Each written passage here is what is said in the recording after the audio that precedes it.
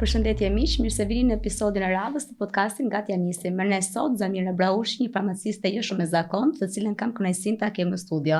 Zamira, mirë se erdhe. Mirë se gjeta.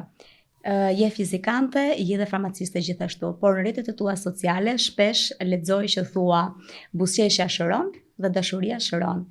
As pak shkencore që të dyja këto deklarata. Okej, unë do korrigjoj pak dhe do shtoj. Unë tipikisht them dashuria për veten shëron dhe e qeshura shëron.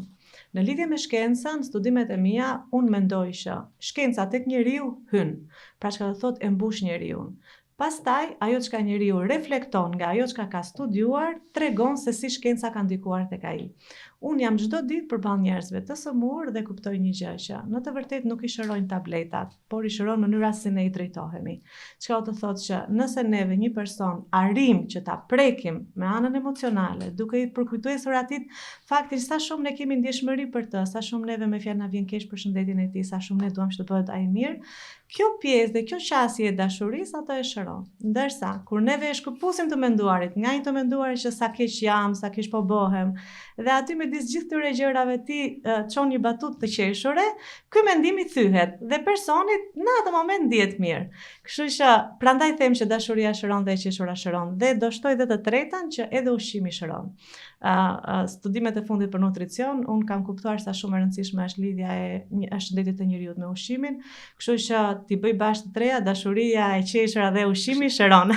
Në fakt, jeta jote është shumë dinamike, e ke nisur me shkencat e natyrës, për fizik. Po. Pastaj kalove te farmacia që ke darë studente ekselent, duhet thënë, dhe pastaj kalove te fusha nutricionit. Si u gjenden këto? Ti them shumë. Kush është e përbashkëta që Zamira e ndjen veten e saj rehate dhe komode, dhe ajo që ti më së shumti ke dëshirë që të paraqesësh rrjetet sociale? Shiko, vija e jetës neve na bën që në momente të ndryshme të marrim vendime që kanë qenë shumë të rëndësishme, por jo ndoshta për ne shumë të rëndësishme. Në momentin që unë mbarova gjimnazin, babi im kishte dëshirë të më kishte mua mësuese fizike. Ishte dëshira e tij. Unë kisha qef gazetarin dhe psikologjin, por që ai kishte dëshirë të kishte atë vajzën që vinte në shkollë, jepte mësim dhe më thoshte gjithmonë do kesh 2 ditë pushim, do kesh fundjavën me fjalë pushim, do kesh muajt e verës. Dhe kur unë zgjodha fakultetin e parë të fizikës, ishte dëshira e babit. Një gabim që e bëjnë shumica e prindërve, vazhdojnë ta bëjnë akoma dhe sot e kësaj dite, në fakt. Po, por që nuk është ishte një detyrim. Ishte, si të thuash, edhe unë e mora për kënaqësi të studiojnë të fizika. Kur kam studiuar fizikën pastaj, pra që hyra duke e parë shkencën nga brenda, ka qenë një gjë që më ka përmbushur të imase shumë. Nëse unë do thosha që njëri të studioj, le të studioj fizikën. Dhe brenda me fjalë të studioj fizikën, kur kam mësuar një prej ka qenë një lëndë e plot ajo astrofizika, që është një lëndë shumë e bukur. Atëherë kam qenë duke filluar në festat e Islamit, duke besuar, dhe astrofizika, pra ishte shkenca e astrofizikës, ajo që më bëri që të lidhesha shumë me madhështinë e Zotit. Ishte një gjë me fjalë shumë e bukur. Pra fizikën unë e dua. Okay. Si shkencë. Pastaj te çimi i dijes, kur unë isha në klasë me nxënësit e mi dhe shpjegoja mësimin, ajo ishte vendi ku unë shkrihesha. Dhe aty e kuptova që komunikimi kam për këtë gjë. Po, me fortë jotja. Unë doja që kur të isha në klasë, nxënësit e mi të mos mendonin më që fizika ishte një gjë e vështirë. Unë bëja gjithçka të mundur, sepse fizika është shkencë e natyrës, dhe ne prekim në çdo gjë, këtu mikrofoni këto. Po të marr diçka ta shpjegoj nga ana e fizikës, gjithçka ka të bërë me ligjet e fizikës. Fakulteti i parë ky. Fakulteti i dytë ishte dëshira e ushtruar. Po, e kam ushtruar si. Te fakulteti i parë gjeta burin? Po, te fakulteti i parë gjeta burin. Un kam qenë studente te Fakulteti i Shkencave të Natyrës për fizik, viti i parë, Miri ka qenë student për farmaci, po në vitin e parë. Dhe një mikesha jon, ja që unë rria në konvikt që studenti me 3 vajza nga Bureli, 2 nga Bureli, 1 nga Rësheni, për të qenë korekte, se ndoshta gocat më dëgjojnë, e thona bëri të 3 për Bureli. S'kisha se si të shpëtoja ndryshe, se do më njinin ato me ndonjë nga shokët e tyre, dhe kështu ndodhi. Dhe që nga viti i parë i shkollës lart, unë me fjalë një dhe Miri dhe kështu vazhdova. Por gjyshja ime nga babi, kur unë kthehesha studente në Berat, më ka thënë diçka që më duket sikur më ka uruar. Unë kthehesha nga viti i parë në një herë dhe gjej gjyshën ulur diku në një rrez dielli, drite, kështu aty anës derës së jashtme në obor, edhe më thotë hajde thotë ulur çik të nënia. Thotë çfarë është atje ajo Tirana? Thonë thamë është e madhe, kështu ka student, ka gjëra. Edhe kjo tani sikur deshte të më çlironte. E kupton? Ishte ndoshta 3 mujori i parë i shkollës lart. Dhe ato 3 mujorin e parë ne gocat që vinim nga fshati ose nga qyteti i Beratit, pak më larg Tiranës, duket sikur me zor vinim me zor iknim. Dhe ajo më tha kështu, Gjo nënën ti tha. Vitin e parë tha studioje, tha. Vitin e dytë tha dashuroje, vitin e tretë fejoje, vitin e katërt tha merr diplomën martoje tha dhe mos hajde këtu. Dhe gjyshja ime nga babi zoti më shiroft, shumë vizionare. Po, ma ka thënë në me fjalë dhe unë sikur e dëgjova, por ashtu si më shkoi mua lidhja më mirë, duket sikur ma uroi atë gjë.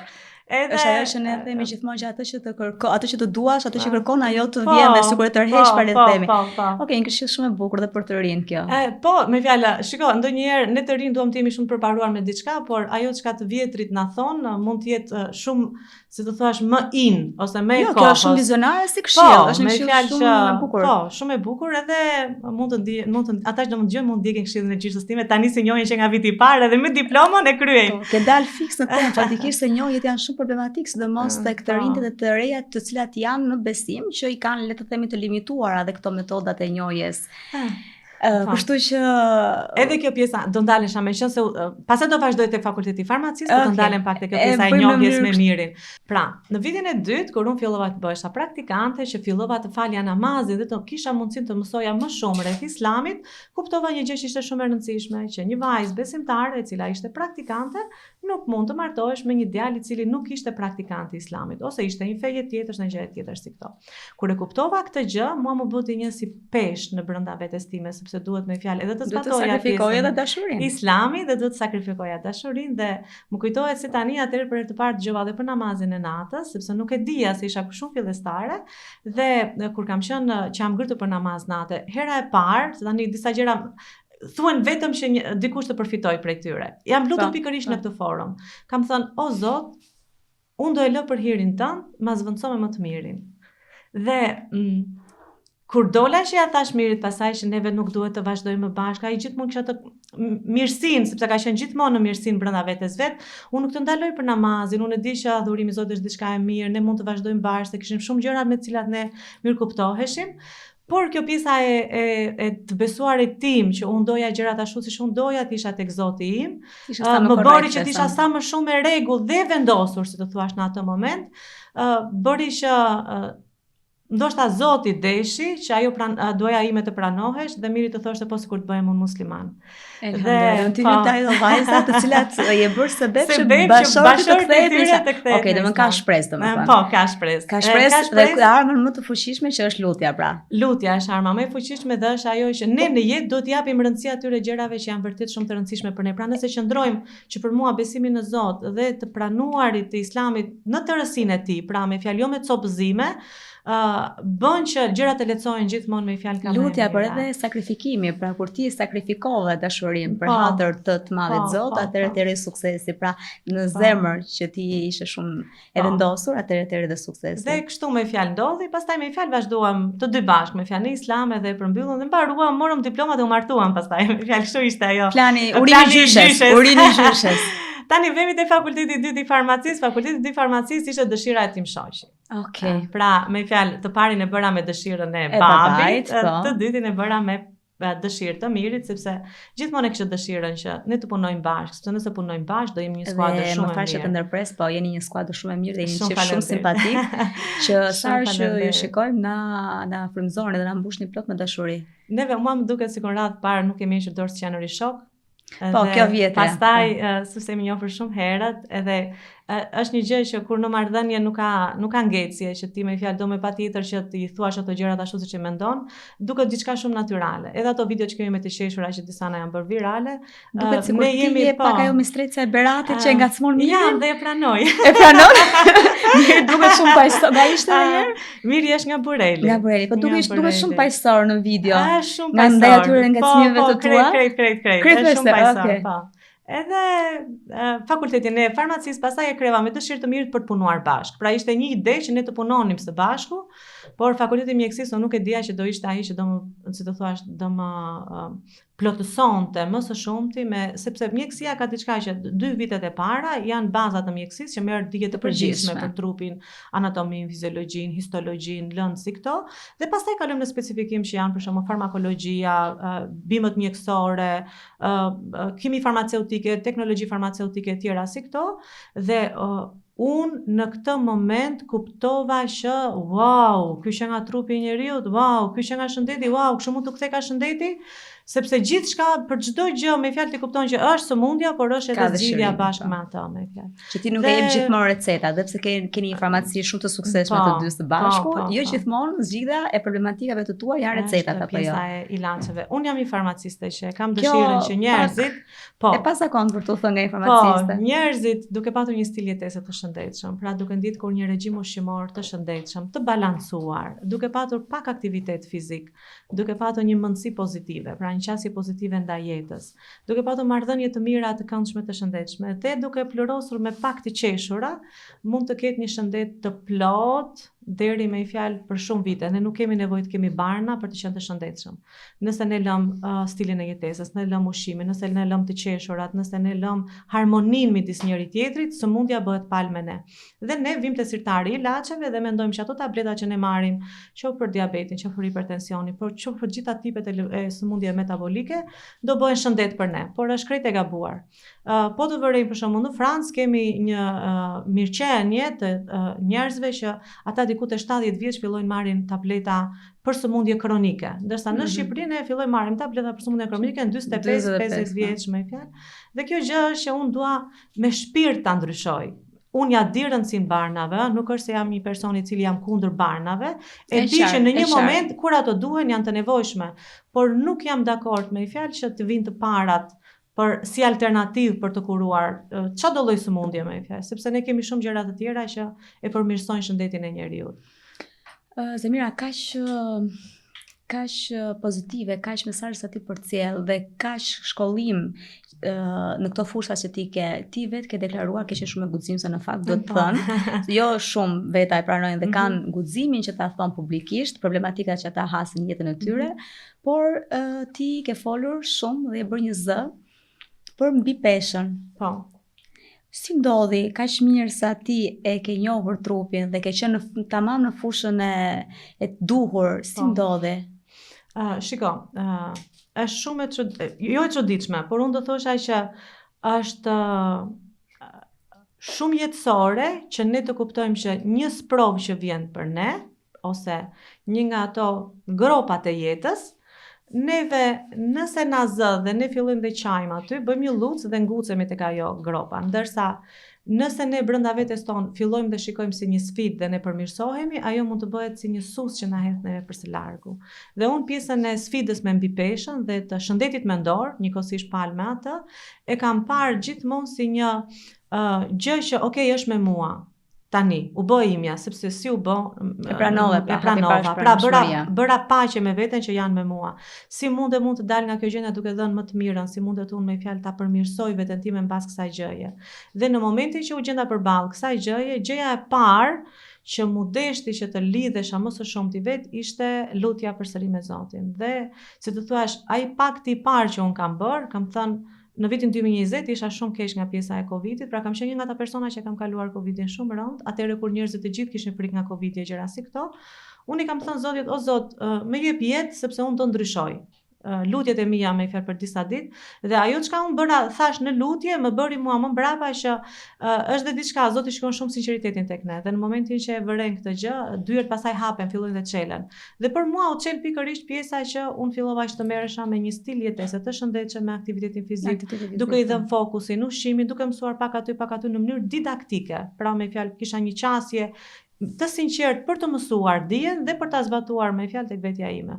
Pra unë fillova duke mësuar gjithçka mbi nutricionin dhe mbi fitnessin, por në mënyrë didaktike.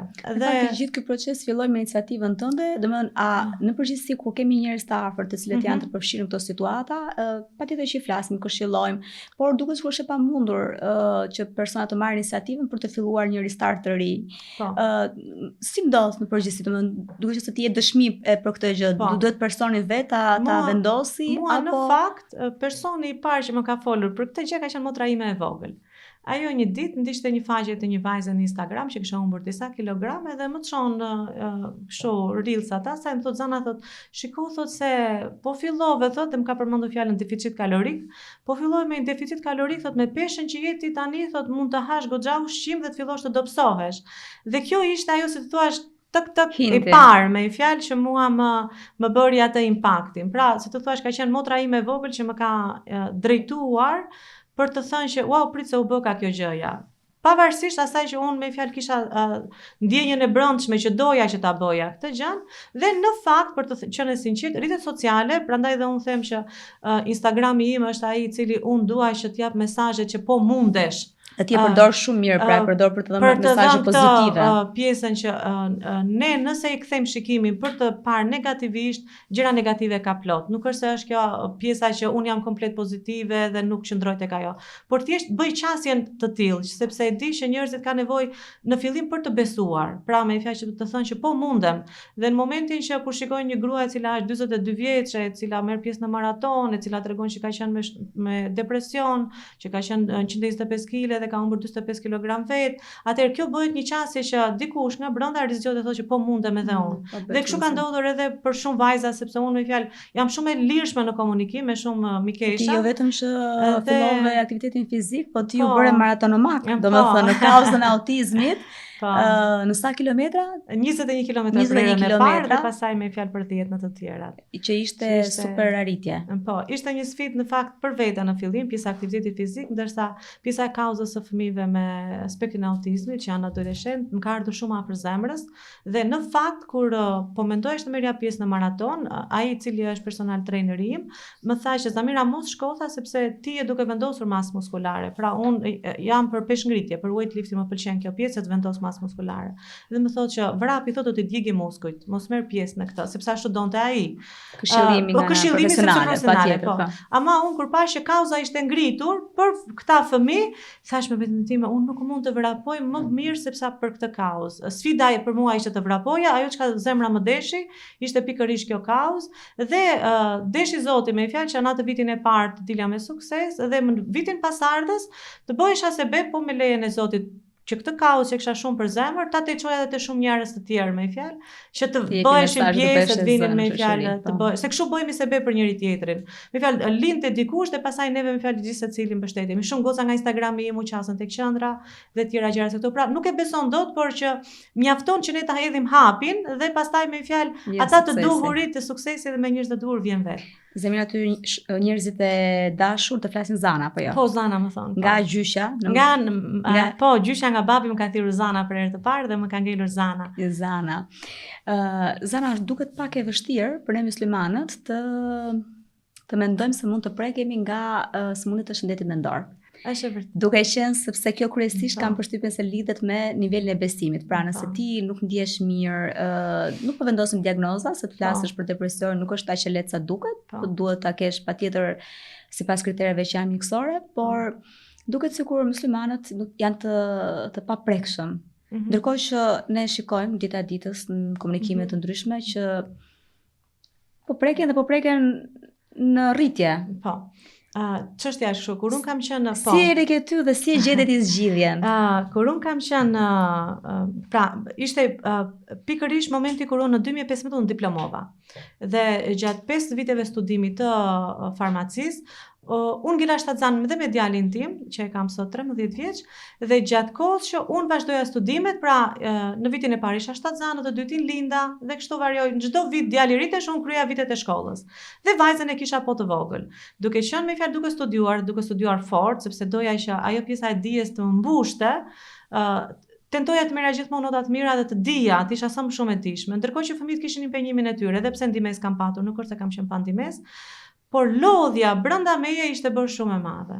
Pra se të thuash, trupi im kishte hak tek unë. Në moment që unë u diplomova dhe u duk me fjalë sikur ai pjesa e diplomimit, vajza vazhdoi shkollën, djali vazhdoi kopshin, dukesh sikur tani do bëjmë rehat.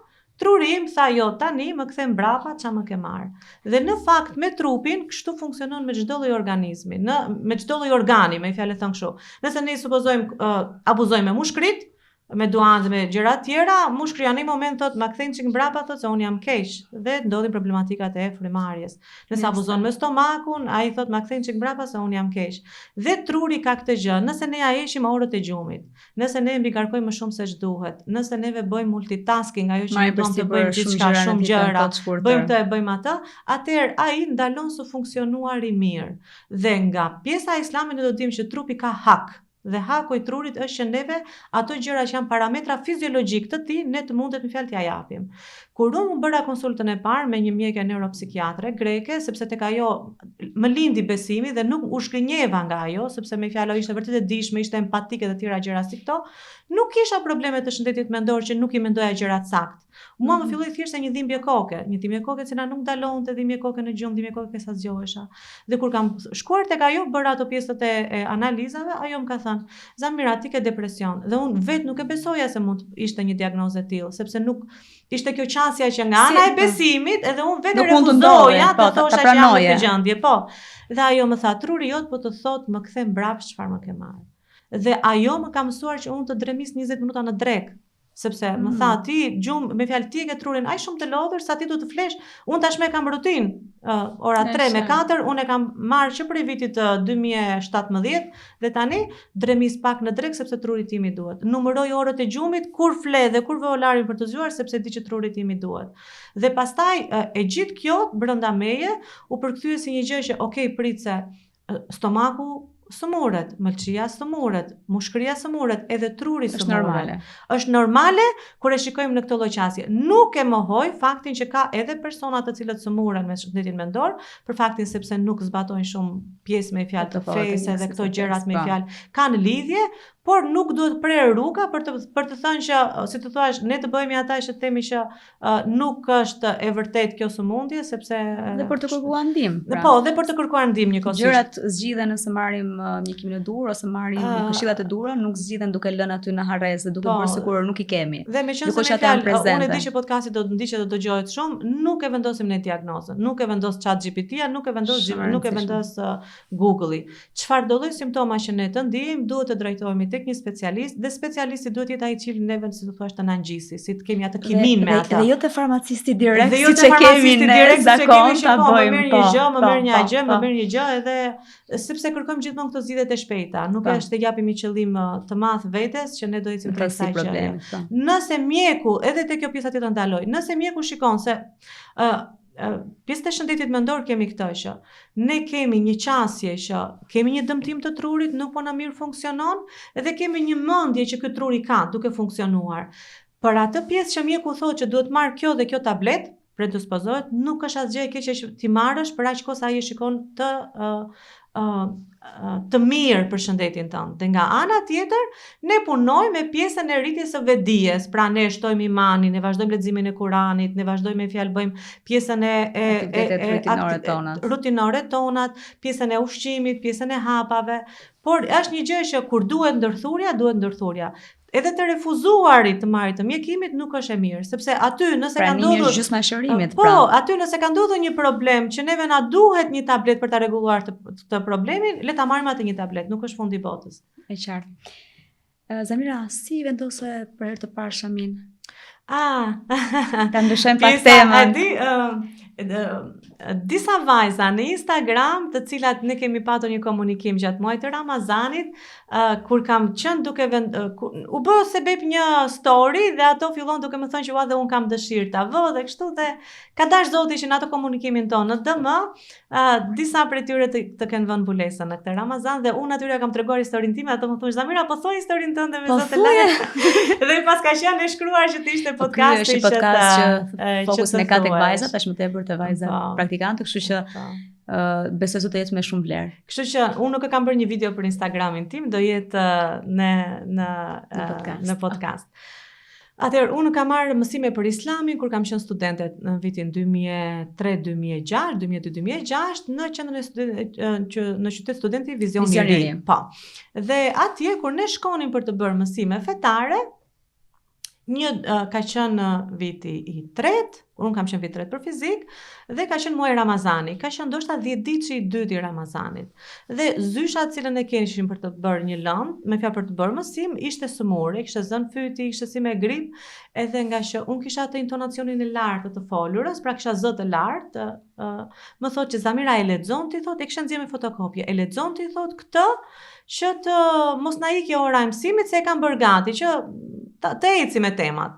I thashë mirë, e lexoj dhe i marrën ishin 2-3 letra kështu me fjalë të kapura. Dhe aty sipër thoshte pse nuk mbulohesh. Kështu ishte temë e ditës. Dhe ishin ajetet e mbulesës, ishin hadithet që profeti sallam kishte folur lidhje me mbulesën dhe ishin disa arsye pse femrat nuk mbuloheshin. Tematika të ndryshme për prindrit, për bashortin, për punën, për këtë, dhe dietarët jepnin arsyetimet me fjalë si duhet kishin qasin ato për këto gjëra. Unë në përgjithësi kur dal për të folur diku dhe kur emocionohem çaj shumë kollaj. E kam këtë që jam qeramane, këtë gjë jam përpjekur ta rregulloj me vite, se ka që gjithmonë dikush që më dëgjon motrat, sidomos kur unë marr mikrofonin dhe flas, aman mos qaj, sepse e kam këtë që çaj kollaj. Po, e kam ligështohem dhe çaj. Çfarë do me çaj për shembull? Edhe do ngelem te kjo pjesa që kur jemi te kjo pjesa që ishte diçka që mua më prekte, unë e lexova të gjithë temën atë ditë dhe nuk nxora pik lauti. Me fjalë nuk u preka që të qaja, të bësha emocionale. Unë grita, ika nga qendra, shkoj në Konvikt dhe kam qenë në kat parë në Konvikt dhe shkoj aty në Konvikt, miri vinte, se kishte çelur dhe ai iftarin, dhe unë ka qenë një perde, më kujtoi një perde gjatë, kështu e hapa të perda kështu. E them, "Miri, unë do mbulohem." Edhe Miri ngelet. Miri ka qenë më shumë fillestar në besim se sa unë. E më thotë, "Mua çfarë do bësh?" I thash, "Do bësh amin." Thash, e kam caktuar, kam bërë niyetin, ndërkohë që unë e lexoja ajetet e mbulesës dhe hadithet, e kisha bërë niyetin që unë isha me Shamin. Pra si të thuash ka qenë një gjendje momentale, por që për mua ka qenë me fjalë ajo përmbushja, si të thuash me fjalë një vulosje në shpirt që unë e doja mbulesën dhe në ato moment fjalë vendosa. E kishe menduar më përpara? Në fakt unë kisha filluar të qëndroja veshë kështu me rroba të gjata, pra me funte dhe me këmish, si të thuash një hap para rendës, para mbulesës, me fjalë e kisha filluar ta mbuloja trupin, por për mbulesën nuk e kisha menduar, më duket shumë e vështirë, nuk është se e kisha që e mendoje dhe erdhi momenti do nuk e kisha menduar fare, plus për faktin që me Mirin ne kishim bërë vetëm nikahun dhe nuk kishim bërë një fejes tradicionale. Okay. Pra ishim në nikah. Kishe frikën edhe të pranimit të familjes, sepse gjithmonë ishte kjo, plus që në ato vite sa shumë kanë ndryshuar gjërat nga atëherë deri tani. Atëherë për shembull kur unë kam vajtur në fakultet, pedagogët kishin shumë problem që ti me fjalë kishin ndryshuar stilin e veshjes. Sot pranohen vajzat shumë kollaj, shumë e lehtë për e pas ka shumë të ngjashme si histori pjesën e mbulesës.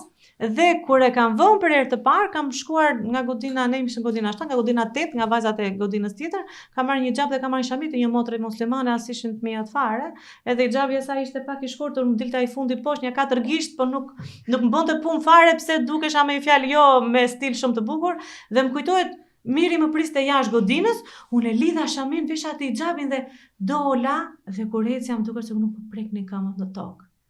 Atë ndjesin thema do e përjetoj ndonjëherë më në jetë, ecja kështu fjoll dhe Miri më shikonte kështu se nuk e di si kisha më Shamin. Se mund të rinte edhe shtrëmbër ajo këtu, pra nuk është se ishte diçka që unë të mendohesh ata lithja bukur, ta rregulloja siç mund të kem bërë tani për shembull apo kështu. Në ato momente ndisha e përmbushur se po zbatoja atë gjën me fjalë dhe është nga emocionet më të bukura. Elhamdulillah me fjalë ka qenë risk prej Zotit dhe një nga zyshat tona të fesë na thoshte gjithmonë, kur zbret mëshira e Zotit, shfrytëzoje në atë moment. Sepse ndonjëherë ne na zbret, po ne ngurojmë. Dhe pastaj ikën ai momenti. Ikën ai momenti dhe ti vazhdon prap bën një analizë teknike, fillon prap jo po kjo dhe vitet kalojnë dhe ti shikon veten tënde që te kjo gjë nuk të kemë çështje. Si Shami, kush ka qenë sfida? Ke pasur një sfidë të caktuar për shkak të Shamis? Shiko, një motër muslimane në Facebook më shkruajti një ditë, Zamira të lutem më plotso pak këtë formularin se si thon paragjykim, si çfarë janë ca terma kështu që përdoren. I thash ta plotsoj ndonjë tjetër, thashun se unë për zotin e madh s'kam pasur asnjë lloj problemi nga mbulesa, i thash. Kudo që kam vajtur, me fjalë kam kërkuar punë, kam gjetur punë, kam vajtur në fakultet, kam vetëm në fakultet. Me çdo person që kam dashur të bashkëpunoj, pjesa e mbulesës nuk ka qenë asnjë problem tek unë. Dhe jam shumë kontshente që shumë motra të tjera mund të ta kenë hasur, por që tek mua nuk ka qenë as edhe një problem. E di si mendojnë që ka ndodhur, domethënë Po. një pjesë, jo se nuk po e përgjithësoj Po, gjithë po. rastin, një pjesë është kjo që ti nuk e ke pasur këtë qasje. Po, besoj Ti, se po. domethënë me qëndrimin tënd, me pranimin tënd nuk e ke pas fare në Po. vizion, në konceptimin mua tënd do- që dikush mund të paragjykojë për këtë gjë.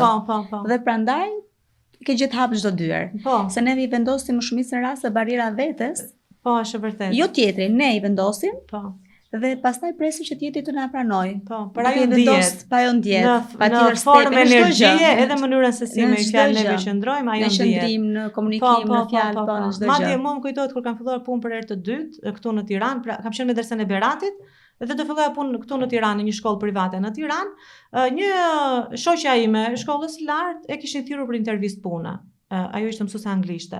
Dhe më thot mua Zamira, e ke dorëzuar ti dosin? I thash po, e kam dorëzuar. Na kanë thirrur tha të hënën për intervistë. I thash unë vërtet, thash mua s'më kanë marrë.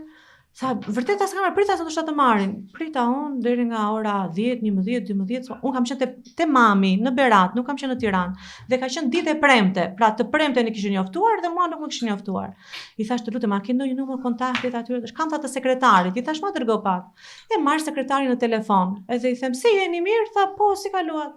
I thash, dëgjoj, thash keni thirrur për intervistë punë të hënën, thash po mua s'më keni thirrur. Kush je ti tha? I thash unë kam sjell një CV, thash unë një dosje për fizik. Tha jo, tha me siguri nuk të kanë thirrur, tha se kanë gjetur. E ke parasysh? Po. I thash unë, a bëj keq? I thash të vi? Tha si do vish o motër? I thash unë të vi se dua të vi, thash të jem prezente.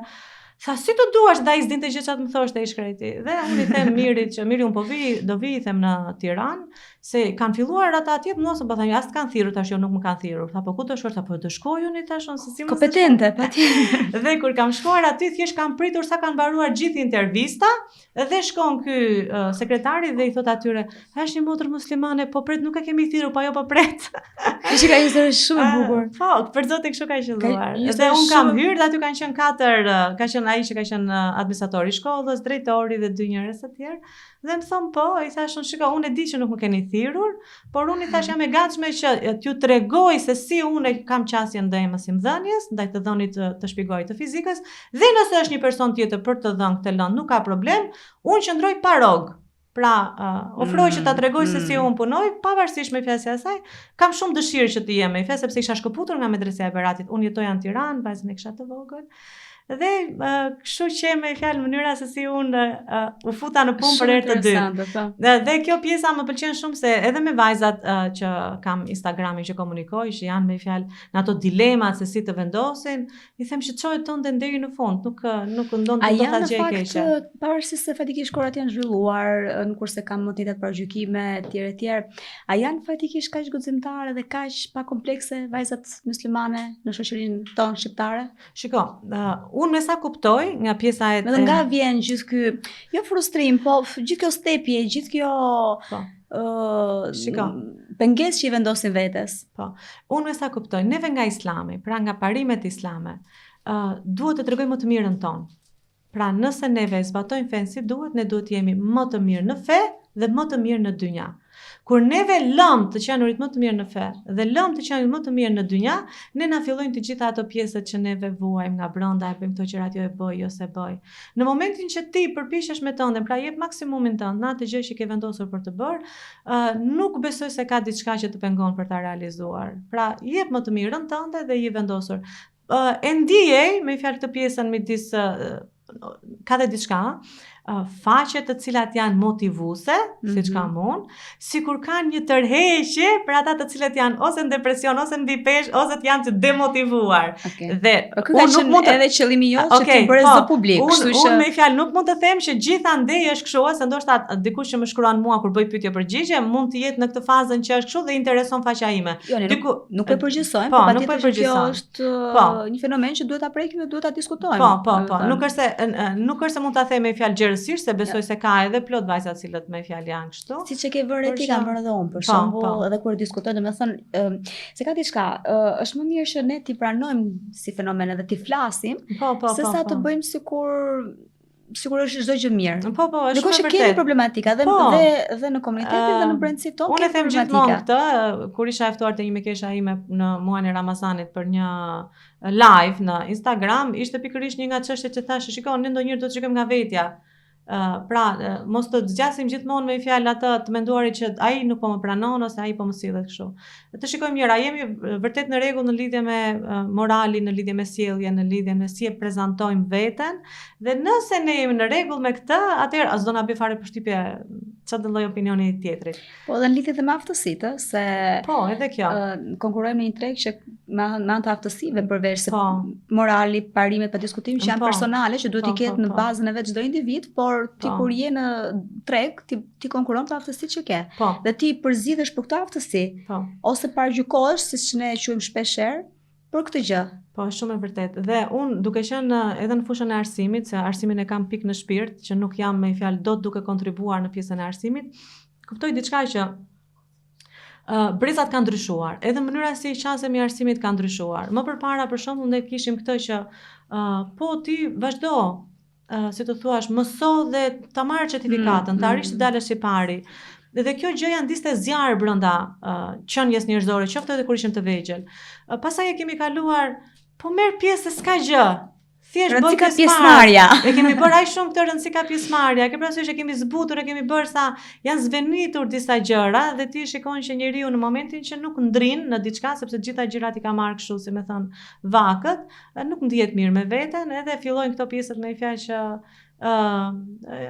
kanë qasje, ne justifikon edhe kanë qasje ndryshe dhe thuaj s'ka gjë për këtë, s'ka gjë për atë, kur në fakt njeriu duhet ta ketë me fjalë ambicien të brendshme, duhet që ta ketë një zjarr në një gjë me fjalë të ndri. Le ti bëj gjëra të tjera, nuk ka problem, se mund të jemi gjithkohë, por që një gjë ta bëj dhe të ndri tek ajo gjë. Në atë gjë për mua është shumë e bukur që një person, supozojmë atë punën që bën, bukën po them unë, o ta bëj të shkëlqyer, të jetë bukpjeksi më i mirë. Dikush stilon rroba, ta bëj më të mirën tek ai stilimi i rrobave. Nuk ka rëndësi të jemi të gjithë në profesione palese çfarë, po atë që bën ta bësh shumë mirë. Zamira, dua të cekim një temë duke marrë shkas edhe nga kohët e fundit të një filmi që është bërë shumë viral, duhet ta kesh parë besoj adoleshentin. Dua mendimin tënd sepse ti i përfshin ti edhe mami 2 fëmijëve adoleshent, mësuese e ke ushtruar për vite me radhë profesionin tënd. Çfarë mendimi ke, çfarë mesazhi dhe si e ke pritur ti qasja jote e këtë film? Tani, ti me sinqert unë, mos them që e kam parë 100%, jam tek seria e 3, sepse ulem e shikoj 10-12 minuta, pastaj lë të shikoj një seri të plotë, më duhet një javë, sepse aq mund të kem kohë për të parë televizor. Unë nuk jam shumë person që shikoj pjesa më e bukur. Pra tek seria e 3 jam aty ku ai djali po merret në pyetje, po e kam kuptuar qasjen e filmit dhe si të thuash e di, është shumë i ndjeshëm për kohën në cilën e jemi, sepse fëmijët janë të ekspozuar në rrjetet sociale, kanë atë komunikimi virtual dhe pastaj nga ana tjetër është kjo që kur fëmijët tan janë në familje bashkë me ne, prindrit që të thuash i kanë bërë off ose e kanë fikur instinktin e të qenit prindër. Në momentin që neve nuk angazhimeve që ne mendojmë që duke plotësuar të njëjtat materiale fëmijëve tan, e kemi plotësuar çdo gjë, por duke lënë një mungesë shumë të madhe. Pavarësisht se i bëjmë, le të punojnë shumë orë prindrit, nuk ka problem, nuk e shikoj këtu këtë qasjen që kanë problematika me këtë. Por dhe vëmendja. Koha cilësore. Koha cilësore dhe është një gjë që kur ne bëhemi prindër, duket sikur më përpara kur dikush do të na thojë që është kështu, nuk e kupton. E kupton vetëm në momentin që bëhesh. Dhe në momentin që bëhesh prindër, ty të lind ai instinkti i prindrit dhe ti je instinktivisht si të thuash, duket ndonjëherë sikur edhe energjia që ke rrotull e ndjen. Por mund të jem në dhomë dhe mund ta di sikur e ndjej që te dhoma atje, po djali ose vajza ose është në shkollë dhe e kemi atë. Kur prindi e ndjen këtë instinktin e prindrit, nuk duhet ta fiki. Si të thuash me fjalë të mos të doj të jetë prind, vetëm duke mos dashur të jetë prind, duke e fikur këtë, ai si të thuash e humbet kontaktin me fëmijën. Neve jemi prindër edhe duke punuar 12 orë, për shembull im shoq punon 12 orë. Edhe unë jam i angazhuar vetë paradite në fakultet që studioj për nutricion, bazet e jam me orare të zëna, por ato pak kohë dhe ato momente kur jemi me fëmijët, ji prind, si të thuash, me instinkt të lartë duke e parë fëmijën në sy. Fëmia vret këtu. Ndoshta edhe pa folur fare, vret si mban shpatullat, vret si qëndron, si qeshet, dhe ai mjafton pak minuta që të shkriftoset me nanën ose me babin. Nëse neve e fikim të instinktin, na kalon fëmia para syve ti se kupton fare se çfarë ai ka. Dhe mos në fazën adolescente. Në fazën adolescente flasin shumë, siç e dim, dhe normalisht me anë të këtyre gjestave të vogla mund të kuptojmë shumë gjëra. Deshifrojmë. Mua më ka bekuar Zoti që ne në familjen tonë, mami dhe babi im, babi ka qenë një figurë shumë autoritare. Mami ka qenë më shumë e afër se kemi qenë 4 motra. Por ne jemi mësuar që gjithçka t'ia themi prindërve. Pra, unë kur vija nga shkolla bëja atë historinë, vajta kështu Përmbledhjen, mora autobusin po. bëri kjo, se ne nga Berati e kemi edhe një çik shumë këtë pjesën që dom t'i themi tëra gjërat, edhe kur vjet e mami thosha miku autobusi i parë, kap autobusin e dytë, orën e parë bëm mësim, të tretën bëm kështu, dolëm këtu bëm aty dhe unë nga brenda e kisha qenë e dëgjuar tek prindi im. Dhe babi im në natyrën e tij kishte këtë që nëse ke diçka hajde te babi ti. Okay. Dhe mami ishte ajo që na dëgjonte, babi ishte ai që ishte siguria për ne. Nga pjesa se si unë kam pasur fëmijërinë time, ka këtë qasje kam patur ndaj fëmijëve të mi. Unë mund t'i dëgjoj fëmijët e mi me orë të tëra dhe nuk lodhem duke më thënë gjithçka, edhe si u pengua këmba, edhe si nuk ishte një fletore si tha i shokut. Pra, fëmijët kanë nevojë që të dëgjohen dhe prindi ka nevojë të mos e fikit i qendrit prind me fjalë instiktin. Dhe nuk ka problem, unë nuk i shikoj si problem rrjetet sociale. Nuk i shikoj si problem se teknologjia do eci, ne nuk i kthehemi dot patjetër. Me ritme shumë të shpejta dhe ne duhet të adoptohemi po. Thjesht duke qenë i gjallë si prind, ka shi fëmijës, mundet me fjalë të mos arrim në gjëra të cilat janë problematika, sepse fëmijët po nuk qenë më të afërt me prindin, me këtë do jenë tjetër të mund. Prandaj prindi do të jetë shumë i afërt. Po. Zana, të shikojmë që je shumë e sigurt në vetvete, artikuluar, je zë, etj. Kur ke qenë e vogël? Se kam qenë e vogël. Kjo Zana ka qenë? Shiko, unë kur kam qenë e vogël, do të tregoj një histori nga pjesa kur kam qenë diku tek 13 vjeç në klasë 6 për klasë 7, kam patur një dëshirë të madhe të arsimohesha. Çuditërisht, me fjalë vajzat e fisit ton, në rrugëtimin që kishtin marrë, sepse kështu kanë qenë vitet atyre, ka qenë viti 96, 95, si thua, vite halla, të gjente një çun të mirë, të hynte, të martonte edhe pa i bërë 17-18 vjeçe, si thua, kishin hequr qafe. Më thonë za kjo pjesa, por që ishte një gjë shumë e mirë për kohën, sepse ti ishe realizuar. Ka qenë prioritet, ajo ka qenë prioritet, krimi i familjes. Krimi i familjes, gjëra të tjera. Unë kam patur një frikë të tmerrshme të më martonin.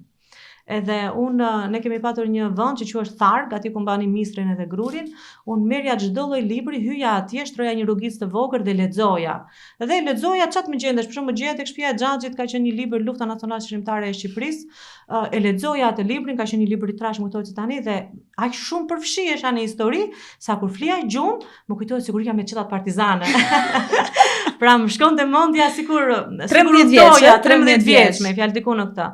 Kur vajta pastaj me fjalë në fazën e gjimnazit, jam lutur babit se për fatin tim të keq, vitin 97 përkoj me vitin që unë mbylla klasën e 8, se ka qenë shkolla 8 vjeçare dhe në atë vit Berati sidomos ka qenë shumë rëmuj. Nuk e lije dot fëmijën, sidomos ne që vinim nga fshati të vijë në qytet dhe babi më ka thënë të lutem, lëre këtë vit se babi t'i jep fjalën vitin do të çoj në shkollë dhe unë kam bërë një vit shkëputje nga klasa e 8 për në gjimnaz dhe kur kam shkuar në gjimnaz e kisha me frikë se ndoshta në gjimnaz më la, po nuk do më linte për në shkollë të lartë, sepse kanë qenë edhe kushtet ekonomike jo të favorshme. Dhe unë kur kam qenë në gjimnaz, isha ajo vajza që vija mbas mamit edhe punoja tek toka, prashisja, vadisja, unë vdes për blegtoriet, më çosh sot në fshat, me thonë burrin fshatare ka marr, po nuk ishte që duhet jetoja në fshat me atë. Të përkujdesem për baktin e kam shumë qejf, është kjo pjesa që unë punët e fshatit i bëj me dëshirë, se i kam bërë mbas mamit tim në këtë pjesë. Dhe kur nuk më ngjilesh më kohë për të studioja shumë natën. Babi im tregon një histori që thotë unë ngrihem natën të shikoj, thotë më ishin buzbuluar, kësaj tisha librat nga duart se kjo rinte gjithë natën edhe lexonte. E kisha nga ajo gjendja që unë nuk doja të më martonin dhe të nisja këtë rrugëtimin kështu. Unë ëndëroja dhe kisha në mendjen time që duhet të arsimohesha. Pra e kisha një breng brenda vetes time dhe një dëshirë shumë të madhe. Pavarësisht se kushtet rreth rrotullmejit mund të ishin komplet kundra meje, sepse as nuk merresh leja kollaj për vajtur në shkollë të lartë, as nuk kushtet ekonomike nuk ishin. Dhe lexoja në gjimnaz, shkoja te biblioteka e qytetit, gjithmonë lexoja libra dhe më duket sikur përmes të lexuarit unë do shpëtoja. Dhe desh Zoti i Madh që kjo ishte ajo pjesa që mua më ka bërë. Dhe mua më duket sikur tani nëse më fut në një vend për të lexuar, edhe më thuaj Zana, ke për 3 ditë për të dhënë një provim, kjo është provimi, unë lexoj dhe jap atë provimin. Nuk më duket sfiduese kjo, sepse po të më bësh jam mësuar dhe kam të lehtë këtë pjesë për shkak të historisë së gjatë që kam patur me fjalë me këtë pjesën që e kam stërvitur veten që të lexuarit është ai me fjalë që të bën të notosh në sipërfaqe edhe të shkëputesh nga ajo pjesa. Dia gjithmonë e shkëput njeriu nga gjendja në cilën është. Ti arrite që të shkëputesh edhe të shpëtoje gjithë hallave, tezeve, edhe të gjithë. Edhe pasaj që ta burin vetë. Edhe që të vetë. Si pas edhe i maqova. E di se bëjmë aty në shaka në farmaci, se ne punojmë të dy me Mirin edhe vin pacientët në përgjithësi gjatë gjithë kohës, pavarësisht se unë dukem elokuente dhe i qeshur të folur, Miri është më shumë se mua. Dhe njerëzit që vinë dhe drejtohen në banak duan Mirin. Pra në qoftë se Miri nuk është aty, ata ngelen e thonë që nuk është Miri, pra e kanë atë kështu. Dhe fillojnë bëhet xheloze za Mira? Unë kam edhe një histori shumë të famshme, kur kam qenë njërë në banak me Mirin dhe isha për herë të parë farmaciste, Miri ka qenë në një cep dhe unë në një cep. Dhe isha bërë kështu bukurane, e stolisur mirë kështu dhe ria përballë dhe Miri kishte dikë dhe ishte një zotëri plak në mosh. Edhe kishte recetën në dorë dhe unë i drejtoj më them, po i them mund të ma japësh mua recetën, se doja që ti shërbeja se Miri ishte i zënë. Por që në qasjen time, kisha atë që ria kështu si e ndrojtur, nuk kisha shumë. Edhe më tha mos u mërzit o ti goca, se doja jap këtij djalit as më duket më i gjallë. Po, e ndjeu ai që unë nuk isha aq e gjallë mjaftueshëm, sepse ishte ajo pjesa që ne themi energjia e tjera. Dhe kjo më ka bërë shumë mirë. Dhe ajo që unë pata më vonë si qasje është që njerëzit nuk duan t'ia dinë sa e lexuar je ti. Njerëzit duan të ndjejnë se si ti je. Dhe e kisha bisedën se e lidhëm me fjalë e shkëputa unë dhe tani vetëm mendimi. Kur kërkojnë Mirin dhe fillojnë me fjalë thonë që ky sa i Miri që është e kështu, i them faleminderit që ma mburni se kam gjetur vetë. Dhe ke parasysh është kjo pjesa që si të thash, okay, unë e di që është i mirë, por kur ma mburni ju është edhe më mirë se sa mirë pas kam zgjedhur. Po mirë, shumë interesante. Për ta mbyllur. Çfarë ke dëshirë të thuash që nuk e kemi thënë deri tani? Në çfarë mesazhi kryesisht tek vajzat, aty e kam gjithë fokusin dhe merakun. Tani ne nisëm pak, por unë kur fola për dashurinë, e thash për dashurinë në përgjithësi. Unë do e përmbyll pikërisht me atë që e kam, si të thuash, slogan timin, dashuria për veten shëron. Njeriu në radhë të parë duhet të mësoj të doj veten. Në moment që njeriu mëson të doj veten, ai e çon veten në një gjendje mendore stabil, në një gjendje shpirtërore stabil, në një gjendje fizike stabil. Dhe ky njeriu që mëson të doj veten, si për shembull një grua ose një vajzë që mëson të doj veten, është sigurisht në një vallë lumturie. Dhe në këtë vallën e lumturisë le ta kapi dorën kush të dojë të vallëzoj bashkë me atë. Ajo do jetë një fjollë në jetën e vet. Dhe nëse ky personi nuk di të dojë veten dhe bën brenda të gjitha gjërave të veta sakrificat dhe ato gjërat që neve si të thuash na janë futur në nënvetdije dhe në jetë që bëj për tjetrin e kjo gjëra të tjera se këto, nëse ai personi është duke vuajtur, është në vallën e vuajtjes. Dhe në vallën e vuajtjes së vet fton fëmijën, fton burrin, fton të afërmit. Kështu që unë mendoj që dashuria për veten është ajo e cila Leo Buscaglia thot dashuria mësohet. Dhe unë mendoj që dashuria mësohet. Dhe dashuria për veten është një gjë parsorë që njeriu duhet ta mësojë. Dhe bashkë me këtë gjë, ai mund të dojë më lehtë tjetrin në momentin që mëson të dojë veten. Nuk na mbetet gjë tjetër veç se të themi që do themi mesazhin që të duajmë veten. Zamira, shumë faleminderit që ishe pjesë e këtij podcastit dhe për të gjitha mesazhet e tua të guximshme, të sinqerta dhe frymëzuese. Takohemi në episodin tjetër. Mirupafshim.